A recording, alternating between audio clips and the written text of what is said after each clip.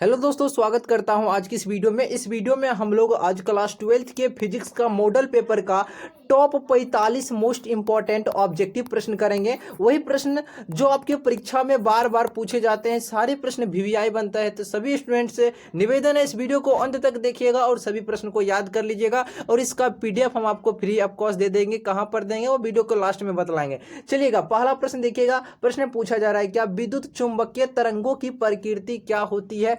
काफी ज्यादा वीवीआई प्रश्न बनता है। सभी स्टूडेंट बतलाइए इसका जवाब क्या हो जाएगा? अनुप्रस्थ होती है। बिल्कुल सही जवाब। हम जानते हैं ए नंबर बहुत सारे स्टूडेंट लगाए होंगे। सही जवाब है ऑप्शन नंबर ए। दूसरा प्रश्न पूछा जा रहा है, क्या प्रकाश का वेग महत्तम होता है? देखिए, प्रकाश का वेग जो होता है ना, वो महत्तम होता है निर्वात में। बिल्कुल ऑप्शन नंबर जो भी डी के साथ गए बिल्कुल सही जवाब है। और 45 में से कितना प्रश्न सही होता है और कमेंट करके जरूर बतलाइएगा, ठीक है ना। चलिए, तीसरा प्रश्न पूछा जा रहा है, क्या विद्युत परिपथ किसी बिंदु पर सभी धाराओं का बीजगणितीय योग क्या होता है? मोस्ट वीवीआई प्रश्न बनता है डियर, याद रखिएगा, शून्य होता है। क्या होता है? शून्य होता है। अगला प्रश्न पूछा जा रहा है, क्या व्हीट स्टोन ब्रिज का उपयोग होता है? देखिए, इसका उपयोग करते हैं उच्च एवं अल्प दोनों प्रतिरोध के मापन में। यानी ऑप्शन नंबर ए और ऑप्शन नंबर बी दोनों हो जाएगा। उच्च प्रतिरोध के मापन और अल्प यानी निम्न प्रतिरोध के मापन। यानी ऑप्शन नंबर जो सी दिया गया है ना, देखिए उच्च एवं अल्प दोनों ही प्रतिरोध के मापन में। तो सही जवाब क्या हो जाएगा? C number.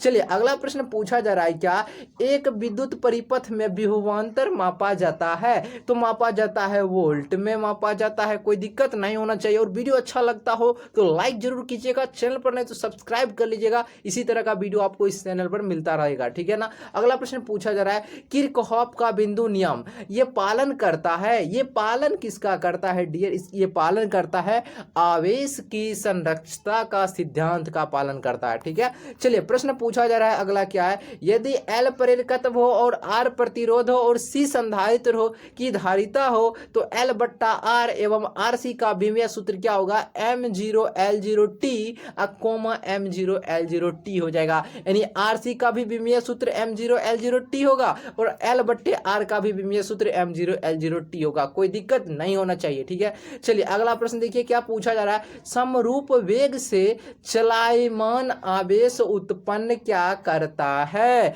बतलाइए क्या जवाब हो जाएगा? बिल्कुल ऑप्शन नंबर जानते हैं, ऑप्शन नंबर जो भी सी लगाए हैं ना, बिल्कुल सही जवाब है, विद्युत चुंबकीय क्षेत्र उत्पन्न करता है। अगला प्रश्न पूछा जा रहा है, लेंज का नियम ये पालन करता है ऊर्जा संरक्षता का सिद्धांत। अभी जस्ट क्वेश्चन किए हैं, रिपीट किया है, याद रखिएगा, काफी ज्यादा इंपॉर्टेंट प्रश्न बनता है। चलिए, प्रश्न पूछा जा रहा है अगला, यदि प्रेरकत्व एल में बहने वाली धारा आई धारा के कारण गतिज ऊर्जा क्या होता है? हाफ एल आई स्क्वायर हो जाएगा। जैसे हाफ एम वी स्क्वायर आप पढ़े होंगे। तो अभी जो प्रेरकत्व में धारा बढ़ रहा है तो वही तो होगा ना, यानी एल आई स्क्वायर होगा। ऑप्शन नंबर क्या हो जाएगा? बी नंबर हाफ, यानी 1/2 एल आई स्क्वायर हो जाएगा। तेजी से चलने वाली बीटा किरणें का नाम बतलाइए। काफी ज्यादा इंपॉर्टेंट क्वेश्चन है। तेजी से चलने वाली बीटा किरणें इनमें से बतलाना है, कौन हो जाएगा? इसका नाम हो जाएगा इलेक्ट्रॉन। हम जानते हैं बहुत सारे स्टूडेंट सी ही लगाए हैं, बिल्कुल सही जवाब है। अगला चलिए, धातु के बने किसी गोलक को चुंबकीय क्षेत्र में दोलन कराने पर उसकी दोलनी गति क्या होती है? उसकी दोलनी गति अवमंदित रहती है। क्या होती है?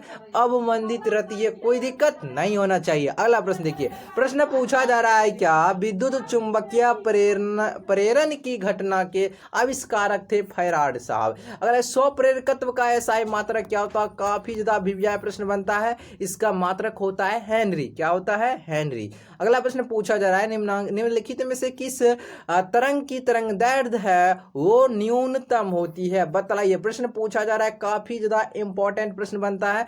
तो गामा किरणें जो होता है ना, देखिए ये इस तरह से जो रहता है ना, ये वाई जगती इस तरह भाई वाई जगती जो हम तो इसी तरह बना देते हैं, ठीक है ना, गामा, ठीक है ना, गामा किरण ये आपका इस तरंग जो है ना, ये अल्फा बीटा क्या तरंग है, ये इस गामा किरण की तरंगदैर्ध्य होता है ना, वो न्यूनतम होता है। अगला है, क्रांति कोण सघन माध्यम में वह आपतन कोण होता है जिसके संगत विरल माध्यम में अपवर्तन कोण का मान कितना होता है? जल्दी से बतलाइए। बिल्कुल 90 डिग्री। बिल्कुल ऑप्शन नंबर जो भी सी लगाए बिल्कुल सही जवाब है। चलिए, प्रश्न पूछा जा रहा है और एक बार लाइक कर दीजिएगा। अभी तक जो स्टूडेंट भूल गए हैं तो जरूर लाइक कीजिएगा, ठीक है ना। वस्तु से बड़ा आभासी प्रतिबिंब कौन बनाता है? बतलाइए। वस्तु से बड़ा होना चाहिए, यानी जो भी ऑब्जेक्ट होगा, जो भी वस्तु मन है, उससे बड़ा होना चाहिए और वो आभासी होना चाहिए, यानी कि काल्पनिक प्रतिबिंब। कौन दर्पण बनाता है? तो बतलाइए क्या साधारण है, बतलाइए क्या हो जाएगा? अवतल दर्पण, बिल्कुल सही जवाब हो जाएगा।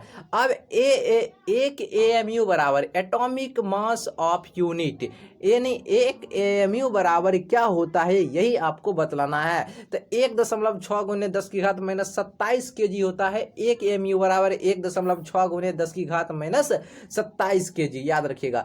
एक उत्तल लेंस में वस्तु और उसके वास्तविक प्रतिबिंब के बीच की न्यूनतम दूरी बतलाइए भैया, क्या हो जाएगा? बिल्कुल 4f के बराबर होगा, 4f के बराबर होगा। अगला है 20 सेंटीमीटर और माइनस 40 सेंटीमीटर फोकस दूरी वाले दो लेंस के संयोग से, दोनों लेंस के संयोग से बने समतुल्य लेंस की क्षमता होती है।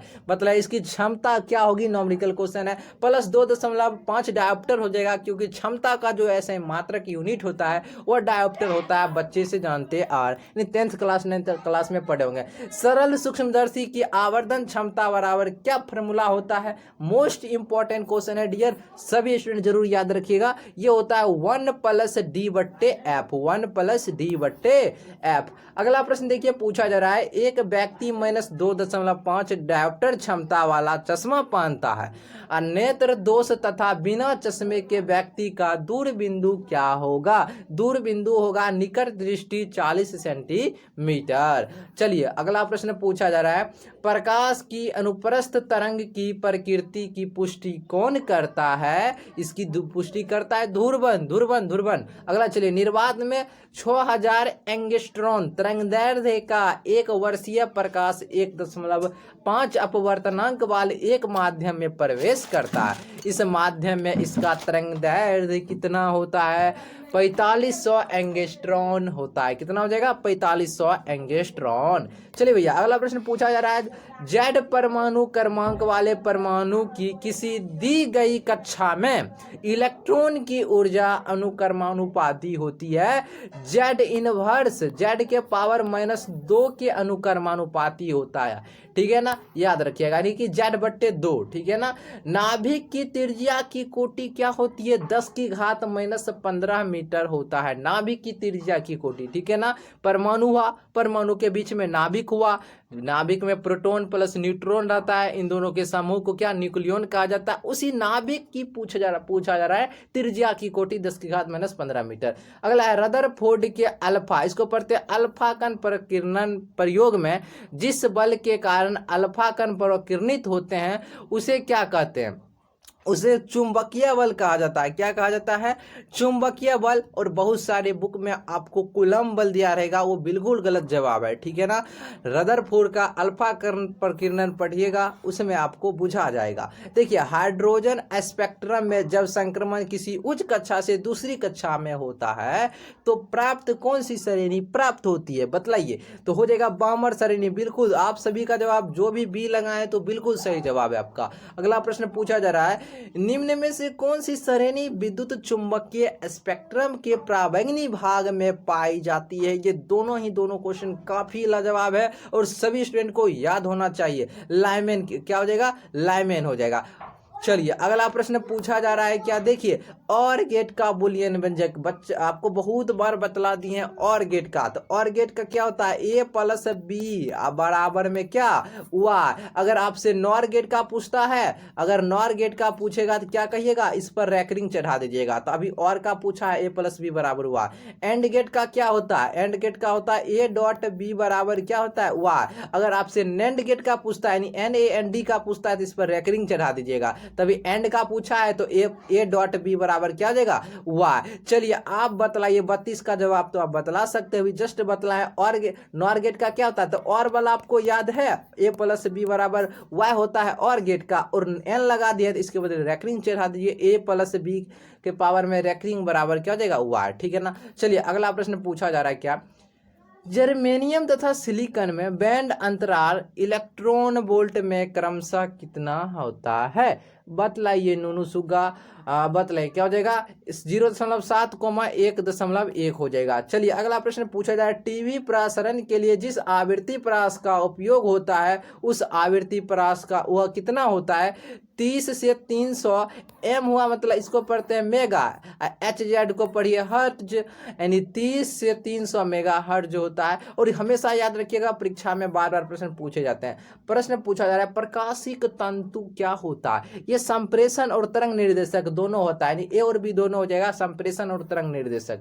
अगला है निम्नलिखित में से कौन आवेश रहित है, आवेश रहित है बतलाइए। तो आवेश रहित क्या होता है, फोटोन होता है, बच्चा को पता है क्या हो जाएगा, फोटोन। हमेशा याद रखिएगा ये सभी क्वेश्चन इंपॉर्टेंट है और इसका पीडीएफ दे देंगे। एप्सिलॉन नोट का मात्रक क्या होता है, ये एप्सिलॉन है, जीरो लगा दीजिए नोट। एप्सिलॉन नोट का मात्रक होता है FM के पावर -1, यानी फैराडे मीटर इनवर्स, या पढ़िए फैराडे मीटर के पावर -1 या फिर फैराडे प्रति मीटर, ये भी पढ़िए।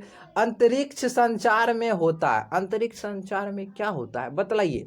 अंतरिक्ष संचार में होता है परावर्तन होता है, अपवर्तन होता है, विवर्तन होता है, एंड आपका क्या होता है, व्यतिकरण भी होता है, यानी ऑल ऑफ दीज हो जाएगा। विद्युत तीव्रता की बीमा क्या होती है बतलाइए।